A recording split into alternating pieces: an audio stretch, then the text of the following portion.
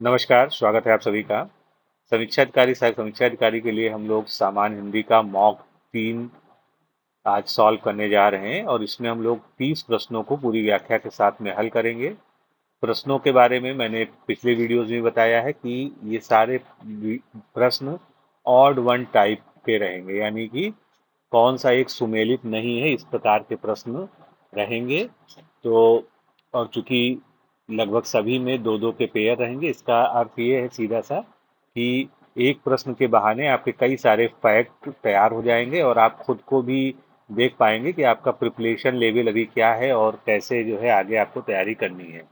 तो महत्वपूर्ण श्रृंखला है। अगर आपने इसके पहले के अभी तक दो वीडियोस नहीं देखे हैं तो उनको भी देख लीजिए, क्योंकि ये कंटिन्यूअस जो है आपके एग्जाम के लिए श्रृंखला चल रही है और री एग्जाम होने तक निश्चित रूप से जो है ये चलती रहेगी। चलिए आगे बढ़ते हैं। जितने भी प्रश्न हम इस सीरीज में हल करा रहे हैं वो हमारी इस पुस्तक पर आधारित है और इसी पुस्तक से ही आपको ध्यान है कि अभी जो परीक्षा संपन्न हुई है 11 फरवरी को, उसमें 58 क्वेश्चन 60 में से आया है। तो जो 55 प्लस का जो है हम टारगेट देते हैं वो हमारा ये किताब हमेशा सार्थक करती है। इसको आप प्राप्त कर सकते हैं, अमेजॉन फ्लिपकार्ट पर भी अवेलेबल है, बाकी आपके शहर में जो भी बुक स्टॉल हैं वहाँ पर भी आपको ईजिली ये मिल जाएगी। एक और सूचना आपको दे दें कि 1 अप्रैल से मेंटरशिप प्रोग्राम का बैच 2 लॉन्च हो रहा है, बैच 2 शुरू हो रहा है और आप 1 अप्रैल से बैच 2 में एडमिशन ले सकते हैं, जो कि केवल 5 अप्रैल तक रहेगा। और उससे पहले ही अगर सीटें फुल हो जाती हैं तो आपको जो है प्रवेश नहीं मिल पाएगा। इसलिए आप चाहें तो जितनी जल्दी चाहें उतनी जल्दी आप जुड़ सकते हैं। 9506742546 ये हमारा व्हाट्सएप नंबर है, इस पे आप मेंटोर लिखकर भेज दीजिए और आपको पूरा प्रोसीजर बता दिया जाएगा। अगर आपने डिकोड एग्जाम का ऐप डाउनलोड कर रखा है तो आप उसमें वीडियो सेक्शन में जाकर डायरेक्ट भी इस प्रोग्राम में इनरोल हो सकते हैं। और अगर आप हमारे फाउंडेशन कोर्स से जुड़ना चाहते हैं, आपको लगता है कि आपकी तैयारी प्रॉपर नहीं है, तो ये बेसिकली हमारा एक वीडियो लेक्चर्स प्रोग्राम है जिसमें आपको पीडीएफ में नोट्स, टेस्ट सीरीज और वीडियो लेक्चर्स मिलते हैं। ये सभी रिकॉर्डेड वीडियो लेक्चर्स होते हैं जो आपको ऐप के माध्यम से मिलते हैं और मल्टीपल टाइम्स आप इनको रिवाइज कर सकते हैं, यानी जितनी चाहे उतनी बार आप टेस्ट दीजिए, जितनी चाहे उतनी बार आप जो है लेक्चर्स को देखिए। तो इसके लिए भी आप RO फाउंडेशन कोर्स लिखकर इस नंबर पर भेज सकते हैं। ये दो नंबर आपको व्हाट्सएप पे दिए गए हैं और सारी डिटेल आपको आपके व्हाट्सएप पर वापस भेज दी जाएगी। तो चलिए शुरुआत करते हैं आज का लेक्चर। सबसे पहला हमारा प्रश्न जो है तद्भव तत्सम से है। इसमें युग्म दिया हुआ है जैसे अन्य प्रश्नों में दिया रहता है। अब इसमें से हमको जो असुमेलित युग्म है उसको पहचानना है। तो एक बार मैं फिर से आपको बता दूं कि पहला शब्द जो है जोड़े में वो तद्भव होना चाहिए और उसके बाद वाला शब्द जो है वो तत्सम होना चाहिए। तो चलिए शुरुआत करते हैं। स्थाई का तत्सम क्या होगा? स्थाई बिल्कुल ठीक दिया है, कोई गलती नहीं है। थामना का तत्सम स्तंभन होगा, ये भी ठीक है।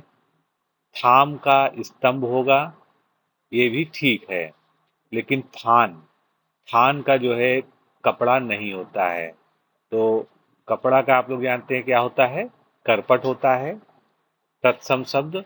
और थान का क्या होता है ये भी आपको पता होना चाहिए। थान का तत्सम शब्द स्थान होता है, जो आपके एग्जाम पॉइंट ऑफ व्यू से बहुत ही महत्वपूर्ण है। इसी तरह के मिलते जुलते शब्दों को आजकल एग्जाम में पूछा जाता है, जिसमें थोड़े से भी कंफ्यूजन होने पर आप गलती कर देते हैं। आगे बढ़ते हैं। यहाँ पर आप तद्भव तत्सम में अगला युग्म देखिए कौन सा असुमेलित है दूसरे प्रश्न में। तो चलिए शुरुआत करते हैं। गर्मी का ग्रीष्म बिल्कुल ठीक है, कोई गलती नहीं इसमें। गलत का गलत ये भी ठीक है। गलना का गलन ये भी ठीक है। और गला का गर्दन, ये गर्दन नहीं होता है। गला का क्या होता है? गला का तत्सम शब्द ग्रीवा होता है। तो इसको जो है इस तरह से सही उत्तर आपको यहाँ पर पता चल गया है। अब देखिए यहाँ पर आपको ये कह सकते हैं कि गलत और गलत ये जो है विदेशज भाषा के शब्द हैं, लेकिन तत्सम शब्द वो भी होते हैं जो अपनी भाषा के मूल शब्द होते हैं। तो इस आधार पर गलत का गलत जो है इसमें कोई भी गलती नहीं है। एक बार इसको आप व्याख्या में भी देख सकते हैं दोबारा। चलिए अगला प्रश्न लेते हैं हम जो है। इसमें भी असुमेलित युग्म को ही पहचानना है तद्भव तत्सम का। तो शुरुआत करते हैं नीचे से ही। घरनी, घरनी का जो है तत्सम शब्द क्या होता है? गृहिणी होता है, बिल्कुल ठीक है। घाट का जो है घट्ट होता है, इसमें भी कोई गलती नहीं दिख रही है। घाव का घात होता है, ये तीनों ही बिल्कुल सही हैं। अब जो हमारा सही सुमेलित नहीं है वो है घाम का घ्रम। तो ये घ्रम ना होके क्या होना चाहिए था? घर्म होना चाहिए था। घाम का घर्म होना चाहिए था, तब ये ठीक होता, बिल्कुल सही होता। देखिए यहाँ पर सारे ही सही जोड़े लिखे हुए हैं, इसलिए इनको आप एक बार जरूर देख लीजिए। अगला प्रश्न, ये भी तद्भव तत्सम का ही, इसमें सुमेलित युग्म आपको पहचानना है। तो चलिए शुरुआत करते हैं। 64, 64 जो है संख्या होती है हिंदी में, और चतुष्षष्ठी ये जो है इसका तत्सम होता है, यानी संस्कृत में हम जो है 64 को चतुष्षष्ठी बोलते हैं।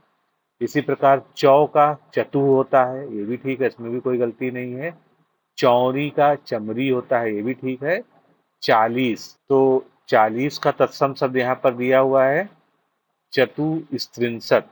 क्या ये सही है? इसको एक बार ध्यान से पढ़िए, तब आप इसको समझ जाएंगे। तो दोस्तों ये सही नहीं है, इसमें सही क्या होना चाहिए? ये 34 का होता है। अगला प्रश्न लेते हैं, इसमें भी आपको तद्भव तत्सम के युग में ही असमेलित की पहचान करनी है। तो पहला देखिए, आशीष। आशीष जिसका मतलब जो है आशीर्वाद होता है, तो इसका जो तत्सम शब्द हो गया वो आशीष हो गया, इसमें कोई गलती नहीं है। आषाढ़ का महीना आपने सुना होगा, हिंदी के महीनों में आषाढ़ बोलते हैं, तो उसका जो है शुद्ध जो संस्कृत रूप होता है या तत्सम रूप आप कह सकते हैं, वो आषाढ़ होता है, ये भी ठीक लिखा हुआ है। इसके बाद अलोना, अलोना जो है नमक के लिए प्रयोग होता है, तो अलवणक इसका जो है ठीक है। और अगला ऑप्शन आपका दिया हुआ है अलग, तो अलग का जो है यहाँ पर दिया हुआ है अलग, जो कि गलत है। यहाँ पर क्या होना चाहिए? इसका इसका अलग न होना चाहिए था। आप जो है यहाँ पर देखेंगे तो आप सही शब्द जो है आपको इसको लिख कर भी प्रैक्टिस करना चाहिए, ये भी ध्यान रखिए, क्योंकि बहुत क्लोज ऑप्शंस होते हैं, तो बिना लिखे जो है अच्छे से तैयार नहीं होते हैं। नेक्स्ट क्वेश्चन देखते हैं, इसमें विशेष विशेषण के युग में दिए हैं, यानी विशेष शब्द पहले दिया होना चाहिए और विशेषण उसके बाद दिया होना चाहिए। तो इसी क्रम में हमको ये देखना है कि इसमें से असुमेलित युग्म कौन सा है। तो चलिए शुरुआत करते हैं। तीखापन, तीखापन का विशेषण क्या होगा? तीखा एक तरह का स्वाद है, यानी एक गुणवाचक जो है विशेषण है ये। तिलस्म का जो है विशेषण हो जाएगा तिलस्मी, इसमें भी कोई गलती नहीं दिखती है। तिरोधान, तिरोधान का तिरोहित, ये भी बिल्कुल ठीक दिया हुआ है। तो गलती इसमें क्या है? तिरस्कार का जो तिरहकार दिया है ये गलत है, होना क्या चाहिए? तिरस्कार का तिरस्कृत होना चाहिए। तो हमारा जो है ए ऑप्शन इसमें सही उत्तर है। चलिए अगला प्रश्न देखते हैं, जो हमारा 7वां प्रश्न है। तो 7वें प्रश्न में भी हमको विशेष विशेषण के युग में ही असुमेलित युग्म की पहचान करनी है। तो एक एक ऑप्शन को आप थोड़ा सा ध्यान से पढ़िए और इसमें देखिए कि कौन सा युग्म असुमेलित है। तो पहला हमारा ऑप्शन हो गया पुष्ट। पुष्ट का विशेषण यहाँ बताया गया है पुश्तैनी, जो कि बिल्कुल ठीक है, कोई कमी नहीं इसमें। इसी प्रकार पुष्टि का बताया गया है पौष्टिक, ये भी ठीक है, इसमें भी कोई दिक्कत नहीं है। नेक्स्ट है पुष्प का बताया गया है विशेषण पुष्पा, जो कि गलत है। पुष्प का क्या होना चाहिए? पुष्प का विशेषण पुष्पित होना चाहिए। और पुस्तक का पुस्तकीय बिल्कुल ठीक दिया है, इसमें कोई कमी नहीं है। तो यहाँ पर आप देख सकते हैं ये सारे ऑप्शन जो है यहाँ पर फिर से लिखे हुए हैं, जिनको आप एक बार फिर से जरूर पढ़ लें। नेक्स्ट क्वेश्चन हम देखेंगे, विशेष विशेषण का ही इसमें युग्म असुमेलित पहचान करना है। तो चारों को ध्यान से देखिए। विरह का विशेषण क्या हो जाएगा? विरही। विलायत का विलायती, विरोध का विरुद्ध, ये सभी ठीक हैं। विराग का वितराग नहीं होगा, विराग का क्या होगा? या तो विरत होगा या विरागी होगा। यहाँ पर ध्यान से देखिए, विराग के जो विशेषण शब्द है वो विरत या विरागी में से कोई भी हो सकता है, यानी दोनों ही सही है, लेकिन वितराग इसका जो है नहीं होगा। नेक्स्ट हम देखते हैं, निम्नलिखित विशेष विशेषण में से असुमेलित को पहचानिए। तो सेम क्वेश्चन है, जैसा कि पूरी सीरीज में ही सेम क्वेश्चंस को हम फॉलो कर रहे हैं। तो इसमें देखते हैं हम जो है, सुर से बना सुरीला विशेषण बिल्कुल ठीक है, यानी ऐसा व्यक्ति जिसकी आवाज सुरीली हो। सुरभि से सुरभित ठीक है, सूचना का सूचित हो गया, तो ये तीनों ही युग्म बिल्कुल ठीक है। सूर्य का यहाँ पर सूरज लिखा है जो कि गलत है, सूर्य का क्या होना चाहिए, सौर्य होना चाहिए। तो इस तरह से सूर्य का सौर्य अगर दिया होता तो ये बिल्कुल ठीक होता। नेक्स्ट है, निम्नलिखित विशेष विशेषण में से असुमेलित को फिर पहचानना है।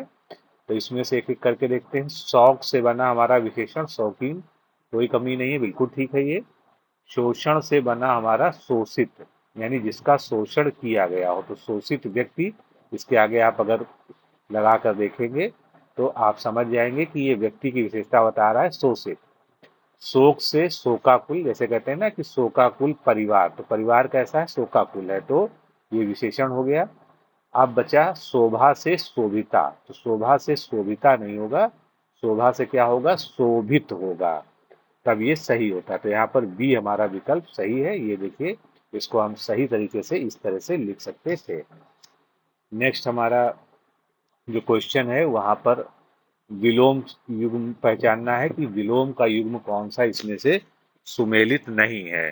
तो विलोम का असुमेलित युग्म आपको पहचानना है। तो चलिए, अंशता यानी जिसमें केवल अंश हो और कोई हो जो पूर्णता हो, तो ये भी ठीक है, यहाँ पर कोई गलती नहीं है। अकंटक का कंटकित, अकंटक का मतलब जहाँ जो कांटों से रहित हो, कंटकित मतलब जो कांटों से युक्त हो। अकर्मक का सकर्मक, जैसे आपने पढ़ाई है, अकर्मक क्रिया सकर्मक क्रिया, यानी बिना कर्म के और कर्म के साथ। तो डी ऑप्शन भी बिल्कुल ठीक है। अकर्तन का कर्तव्य नहीं होगा, तो कर्तव्य का क्या होता है, अकर्तव्य होता है, ये आपको ध्यान रखना है। तो आप यहाँ पर सही युग्म फिर से एक बार देख लीजिए कि कौन कौन से युग्म सही हैं। और इसको ध्यान रखना बहुत जरूरी है कि जब एक जैसे मैचिंग वाले होते हैं तब पहचानने में कभी कभी समस्या आ सकती है। तो विलोम शब्दों में उनका अर्थ भी जरूर आपको पता होना चाहिए, ये एक जो है विशेष बात है जो आपको ध्यान रखनी है। अगला प्रश्न देखते हैं, 12वां प्रश्न। इसमें जो है विलोम युग में से कौन सा असुमेलित है वही बताना है आपको।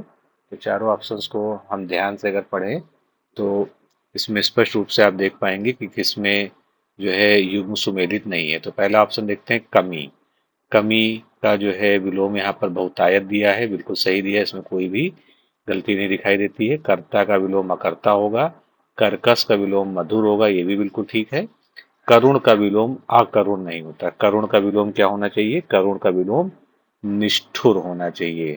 तो इस प्रकार जो है ये हमारा सुमेलित नहीं था, बी ऑप्शन। अगला प्रश्न देखेंगे, इसमें भी विलोम युग में असुमेलित की ही पहचान करनी है। तो सबसे नीचे शुरुआत करते हैं, गुड़। गुड़ का विलोम दिया हुआ है यहाँ पर 3, अगूढ़, स्पष्ट और प्रकट। तो अगर हम ध्यान से देखें तो तीनों ही हमारे ऑप्शन बिल्कुल सही हैं, इसमें कहीं भी कोई जो है कमी नहीं है। इसके अलावा गीला का सूखा होता है विलोम शब्द, ये भी बिल्कुल ठीक है। गीर्ण का विलोम उद्गीर्ण होता है, ये भी कोई बिल्कुल सही है, इसमें भी कोई कमी नहीं है। एक ऑप्शन जो लास्ट बचा हमारा, क्योंकि ये तीनों ही तो सुमेलित हैं, गीत का विलोम अनगीत नहीं होता है, गीत का विलोम क्या होता है, अगीत होता है, जिसको आप यहाँ पर देख सकते हैं स्पष्ट रूप से कि गीत का विलोम अगीत होता है। तो इस तरह से हमारा जो वांछित उत्तर है वो ए होना चाहिए। अगला प्रश्न देखते हैं, प्रश्न संख्या 14।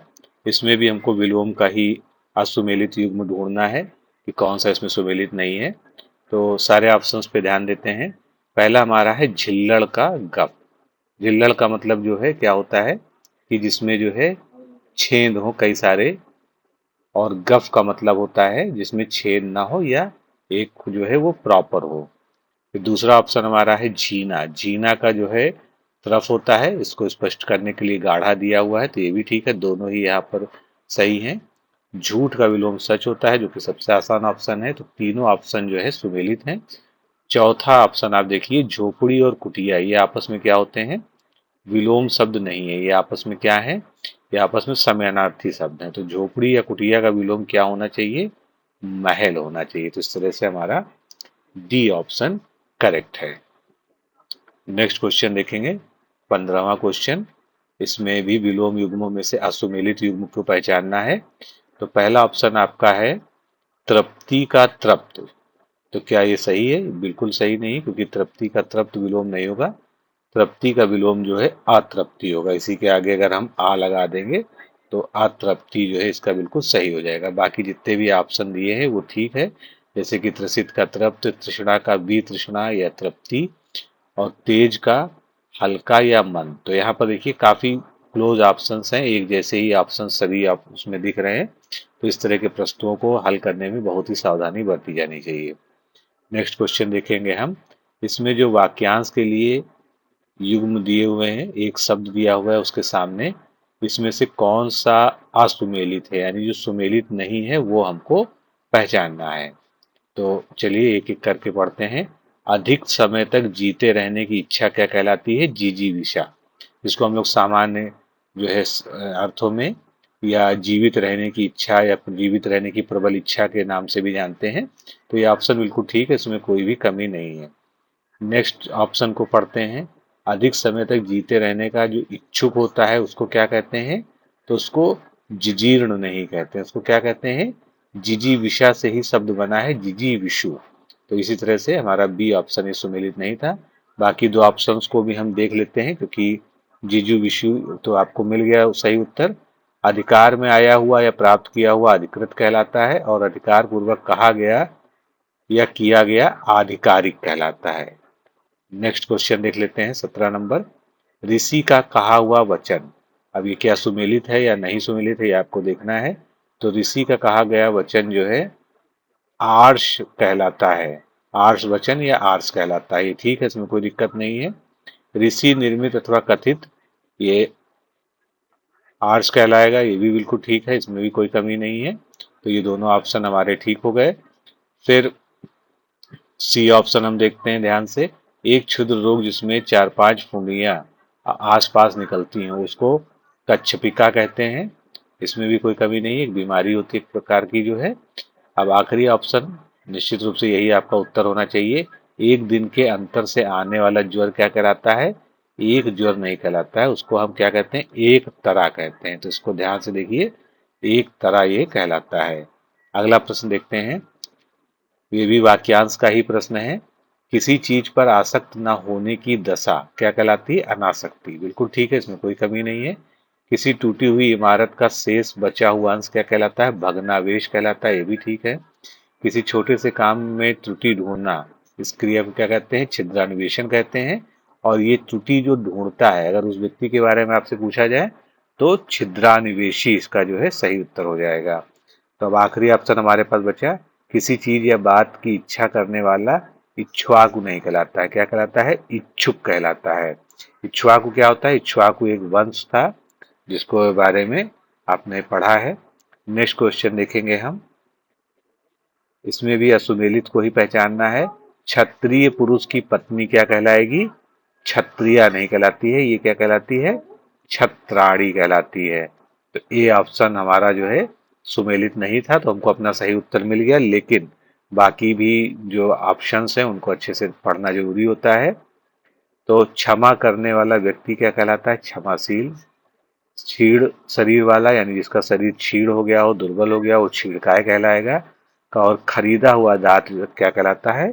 क्रीत कहलाता है। तो ये स्पेसिफिक टर्मिनोलॉजी है सब जो है वाक्यांशों के लिए। अगला वाक्यांश जो है के लिए एक शब्द में असुमेलित को हमको पहचानना है। तो सबसे पहले देखते हैं घुलने योग्य पदार्थ, यानी ऐसा पदार्थ जो घुलने योग्य हो तो उसको हम क्या कहेंगे? घुलनशील कहेंगे। ठीक है, इसमें कोई कमी नहीं है। घूम फिर कर सौदा बेचने वाला व्यक्ति क्या कहलाता है? फेरी वाला। बिल्कुल ठीक है। घूस लेने वाला व्यक्ति जो है घूसदार नहीं कहलाता है, क्या कहलाता है? घूसखोर कहलाता है। तो ये सी ऑप्शन हमारा यहाँ सुमेलित नहीं था, यही हमारा सही उत्तर है। नेक्स्ट हमारा ऑप्शन है लास्ट, इसको भी पढ़ लेते हैं, उत्तर तो हमको प्राप्त हो ही चुका है। गणना किए जाने योग्य, तो गणना किए जाने योग्य अगर कोई चीज है तो उसको ग्रहणीय, ग्रहणीय या ग्रहणास्पद तीनों ही से हम संबोधित कर सकते हैं। नेक्स्ट क्वेश्चन देखेंगे हम 21 नंबर क्वेश्चन। इसमें अशुद्ध शुद्ध वर्तनी को आपको देखना है कि कौन सा असुमेलित है। और इसमें कंडीशन क्या है, पहले अशुद्ध शब्द लिखा है, उसके बाद शुद्ध शब्द लिखा है, और ये इसी क्रम में अगर है तो हमारा वो जोड़ा सुमेलित या असुमेलित माना जाएगा। तो पहले हम असुमेलित को ढूंढेंगे। चलिए इसमें देखते हैं, दृढ़व्रती। तो दृढ़व्रती शब्द जो है गलत होता है अपने आप में। दृढ़ व्रत, जिसने दृढ़ व्रत ले लिया हो उसको हम दृढ़ व्रत कहते हैं, तो ये वर्तनी की दृष्टि से सही हो गया। फिर तीन राहों का जो मिलन होता है उसको तीन राहा ना कह के क्या कहते हैं, तिराहा कहते हैं, ये भी ठीक है, इसमें भी कोई गलती नहीं है। अगला ऑप्शन हमारा है शांतमय। तो शांतमय जो है, जो शुद्ध रूप में लिखा जाएगा वो शांतिमय, इस प्रकार लिखा जाएगा, ये भी ठीक है। विद्वानता से विद्वान नहीं बनेगा, उसका सही शब्द विद्वानता का अगर हम शुद्ध शब्द लिखेंगे तो क्या होगा, विद्वता होगा। ये ऑप्शन देखिए यहाँ पर, ये इस प्रकार लिखा जाएगा, और इसको लिख के भी जो है प्रैक्टिस करना आपके लिए बहुत जरूरी है। 22वां क्वेश्चन देखते हैं, ये भी शुद्ध अशुद्ध वर्तनी का ही है। तो सबसे पहला ऑप्शन देखते हैं, अन्न लिखा है, जिसको इसका सही रूप क्या होता है, अन्न, इस प्रकार लिखा जाता है। इसमें आधा ना जो है लगाना आवश्यक होता है। फिर उन्नति इस प्रकार नहीं लिखा जाएगा, उन्नति, ये सही हो गया। सी ऑप्शन देखते हैं, यहाँ क्या लिखा है, वामंग लिखा है और इसके सामने वाग्मय लिखा है। तो ये दोनों ही शब्द अपने आप में गलत हैं। इसका सही रूप क्या होना चाहिए, वांग्मय होना चाहिए। कई बार ये पूछा भी जा चुका है, इंपॉर्टेंट है ये। और सम्मुख लिखना इसमें लिखने की जगह तो सम्मुख, ये जो है करेक्ट ऑप्शन है। तो जितने भी सही शब्द होते हैं इनको लिख लिख के प्रैक्टिस आप करेंगे तो कभी भी एग्जाम में कंफ्यूजन नहीं होगी। तो चलिए अगला प्रश्न देखते हैं। निम्नलिखित अशुद्ध शुद्ध युग्मों में से एक असुमेलित है, उसको पहचानना है। तो जैसा हम पैटर्न लगातार फॉलो कर रहे हैं उसी प्रकार का सेम क्वेश्चन है ये। एक एक करके देखते हैं। डी ऑप्शन को पहले नीचे शुरुआत कर देते हैं। अनभिज्ञ बिल्कुल ठीक लिखा हुआ है जोड़ा, इधर गलत वाला लिखा हुआ है यानी अशुद्ध वर्तनी, इधर शुद्ध वर्तनी लिखा है। अध्यात्मक की जगह आध्यात्मिक, ये बिल्कुल ठीक लिखा हुआ है। अध्ययन की जगह अध्ययन। तो इस तरह से बी सी डी इनमें कोई भी गलती नहीं है, सुमेलन के अनुसार यानी वर्तनी सभी की अशुद्ध और शुद्ध वाले जोड़े में ही लिखी हुई है। लास्ट ऑप्शन जो हमारा बचता है वो ये अधस्पतन का अधोपतन दिया है। तो अधस्पतन तो अशुद्ध वर्तनी है ही है, अधोपतन भी अशुद्ध वर्तनी है, तो इसकी शुद्ध वर्तनी क्या होती है, अधापतन होती है। ये ध्यान रखिएगा। नेक्स्ट क्वेश्चन देखते हैं। अब वाक्य में हमको अशुद्ध वाक्य को पहचानना है, तो सारे ऑप्शंस को ध्यान से पढ़िए। राम और लक्ष्मण का जन्म अयोध्या में हुआ था। तो राम और लक्ष्मण का जन्म अयोध्या में हुआ था, और इसमें जो है कोई गलती है क्या, नहीं, कोई गलती नहीं है। तुम किस गांव से आए हो, ये भी बिल्कुल ठीक है, किसी प्रकार की त्रुटि इसमें नहीं दिख रही है। मुझे कानपुर जाना है, ये भी बिल्कुल ठीक है। सबसे आखिरी सेंटेंस हमारा बचा, आंखों से आंसू निकल पड़ा। अब यहाँ पर देख लीजिए, आंसू जो है क्या होता है, हमेशा बहुवचन में प्रयोग होता है। तो हमारा शुद्ध वाक्य कैसा होना चाहिए था, आंखों से आंसू निकल पड़े। ये वाक्य जो है बिल्कुल शुद्ध है। नेक्स्ट देखते हैं, इसमें भी हमको अशुद्ध वाक्य को पहचानना है। यह कार्य आप पर निर्भर है, इसमें भी कोई कमी नहीं है। आपका एक एक वाक्य तुला हुआ है, ये भी ठीक है, इसमें भी कोई कमी जो है नहीं दिखती है, न वाक्य की दृष्टि से न वर्तनी के किसी नियम की दृष्टि से। फिर मैं आपके दर्शन करने आया था, ये भी बिल्कुल ठीक है। धुआं का रंग काला होता है, तो धुआं जो है यहाँ पर भी वही चीज लागू होती है, आंसू की तरह ही ये भी बहुवचन के सेंस में ही प्रयोग होता है। धुएं का रंग काला होता है, ये जो है इसका शुद्ध रूप में लिखा गया सेंटेंस है, यानी शुद्ध वाक्य जो है इस प्रकार से होना चाहिए था। अगला देख लेते हैं। पर्यायवाची में अंगोछा का पर्यायवाची इनमें से कौन सा नहीं है। चारों ऑप्शंस को ध्यान से पढ़िए। गमछा, तौलिया और उपवस्त्र, ये तीनों अंगोछा के पर्यायवाची शब्द हैं, जबकि कपड़ा अंगोछा का पर्यायवाची नहीं है। तो इस तरह से अंगोछा के पर्यायवाची क्या हुए, गमछा, तौलिया और उपवस्त्र। नेक्स्ट क्वेश्चन देखते हैं। अंगूर का पर्यायवाची इनमें से कौन सा नहीं है। अब अंगूर का पर्यायवाची इनमें से कौन सा नहीं है, इसको ध्यान से देखिए। तो द्राक्षा, किशमिश और दाख, ये तीनों ही क्या है, अंगूर के पर्यायवाची हैं। और दाख क्या है, एक तद्भव शब्द है जिसका तत्सम होता है द्राक्षा। तो ये जोड़ा भी याद रखिएगा तत्सम तद्भव का। कई बार पूछ लिया जाता है। आंजन जो है ये अंगूर का पर्यायवाची नहीं है, ये अंजन जो आप काजल के रूप में जानते हैं उसका पर्यायवाची है। बाकी अंगूर के पर्यायवाची दाख, किशमिश और द्राक्षा होते हैं। नेक्स्ट क्वेश्चन देख लेते हैं। अभिमन्यु का पर्यायवाची इसमें से नहीं है। तो काफी क्लोज आंसर दिए हुए हैं, ध्यान से देखिए। पांडु पौत्र, पांडुओं के पौत्र थे अभिमन्यु, ठीक है। पार्थ के नंदन थे, क्योंकि पार्थ जो है अर्जुन को कहा जाता है, तो पार्थ नंदन हो गए। इसके बाद सौभद्र हो गए, सुभद्रा के पुत्र थे, ये भी ठीक है। और कुंती पुत्र, कुंती पुत्र जो है अभिमन्यु ना होके कुंती पुत्र कौन थे? कुंती पुत्र जो है अर्जुन को माना जाता है। अर्जुन जो है कुंती पुत्र थे। तो इस तरह से सौभद्र, पार्थनंदन और पांडुपुत्र ये जो है अभिमन्यु के पर्यायवाची शब्द हैं। तो ध्यान से देखिएगा, इसी तरह से हल्के से कंफ्यूजन से प्रश्न गलत हो जाते हैं। नेक्स्ट है, बाज का पर्यायवाची इनमें से कौन सा नहीं है? तो बाज का पर्यायवाची इनमें से कौन सा नहीं है? ध्यान से सारे ऑप्शन को पढ़िए। सेम जो है बाज का पर्यायवाची होता है, सजदिन भी होता है, कपोतार भी होता है। चील इसमें से बाज का पर्यायवाची शब्द नहीं होता है। नेक्स्ट क्वेश्चन देखेंगे, वज्र का पर्यायवाची इसमें से कौन सा नहीं है? यहाँ पर थोड़े से कथन आपको जो है टफ लग सकते हैं, लेकिन ये अगर आपने अनेकार्थी पढ़ रखा है तो आप इसका आराम से उत्तर दे सकते हैं। तो वज्र का पर्यायवाची होता है कुलिस, पवि और असनी। दम्बोली जो है ये वज्र का पर्यायवाची नहीं होता है। दम्बोली शब्द जो है आपको थोड़ा सा विचलित करने के लिए, कंफ्यूज करने के लिए दिया गया है। ये सही शब्द होता है दम्भोली। तो दम्भोली होता तो ये वज्र का पर्यायवाची होता। तो मित्रों, इस तरह से आज के सेशन में हम लोगों ने 30 प्रश्नों को हल किया, और इन प्रश्नों को कम से कम 2 बार जो है जरूर रिपीट करके देख लीजिए, जिससे आपके सभी प्रश्न तैयार हो जाएं। तो अभी के लिए इतना ही, फिर मिलते हैं। नमस्कार, धन्यवाद।